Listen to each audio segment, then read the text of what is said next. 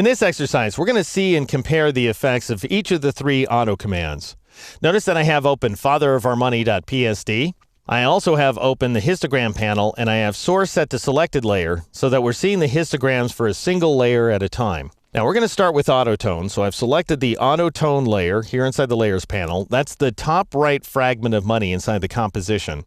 What the autotone command does, incidentally, is it goes ahead and reads the histogram for each channel and modifies it independently. It goes ahead and stretches the histogram across the entire width of the graph here, which enhances the contrast and absolutely annihilates the color cast, as we're about to see. Now, the cast that's associated with this money happens to be indigenous. In other words, it wasn't added by the scanner. However, Photoshop doesn't know that, and it goes ahead and gets rid of any color cast it finds.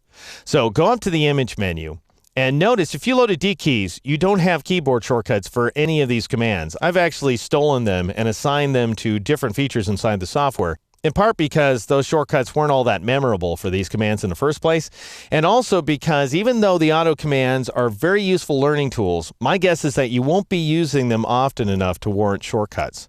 Anyway, I'll go ahead and choose autotone. I want you to watch the image and the histograms. And I'll go ahead and zoom in on the top right money there. And notice I have the navigator panel open. I'll go ahead and scoop my display over so that the money is more or less centered. So this is the before view, greenish highlights, greenish shadow detail as well. And this is the after view, neutral highlights, that is colorless.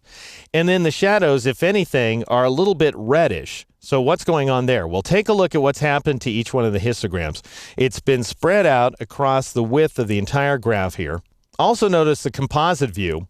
The shadows are now a combination of red and green overlapping each other, so we have some cyan spikes going on there. And then the red shadows show up later. So because the red shadow detail is brighter, the shadows are showing up as red here inside the image window. And that's the thing about the autotone command. It has a habit, if anything, of going overboard where removing the color cast is concerned. So as opposed to just neutralizing the color cast, it often ends up sending the color cast in the opposite direction. So where we used to have a green cast associated with this money, we now have a little bit of a red cast going on. So that's the autotone command. Let's go ahead and compare that to auto contrast. I'll click on the auto contrast layer here inside the layers panel. Up here in the navigator panel, I'll click in the lower left region so we can see that layer. Then I'll go up to the image menu and choose the auto contrast command. Now, very much like auto levels, it goes ahead and pulls apart that histogram. So it spreads the histogram to fill the entire graph, but it does so strictly on a composite basis. So it doesn't work channel by channel. It looks at the composite histogram and stretches it. And the result is something along these lines, where we get an enhanced degree of contrast. So this is the before version of the money, low contrast. This is the after version, high contrast. However, we still have the exact same color cast we had before. That is, the highlights remain green, the shadows remain a little bit greenish, and the money remains green overall.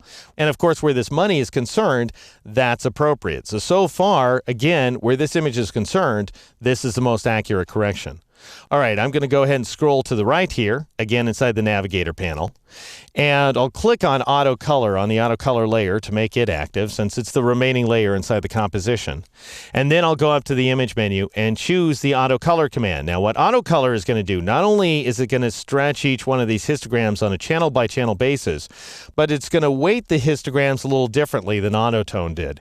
It's going to seek to neutralize these shadows, and it's also going to seek to neutralize the highlights, and then it's going to try to find what ought to be a neutral color inside the midtones and make that absolutely gray, which is something the other commands can't begin to do. So I'll go ahead and choose auto color, and we get this effect here. Now take a look at the shadow detail. The three histograms overlap each other where the shadows are concerned, and as a result, our shadows are absolutely neutral now. So this is the before version of the image, and this is the after version thanks to auto color.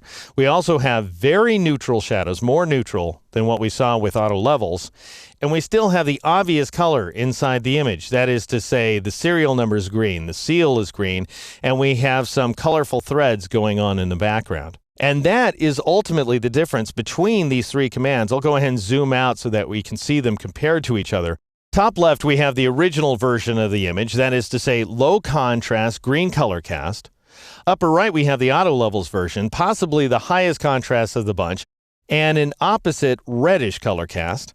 Down left, we have the auto contrast version, which delivers enhanced contrast but keeps the green color cast.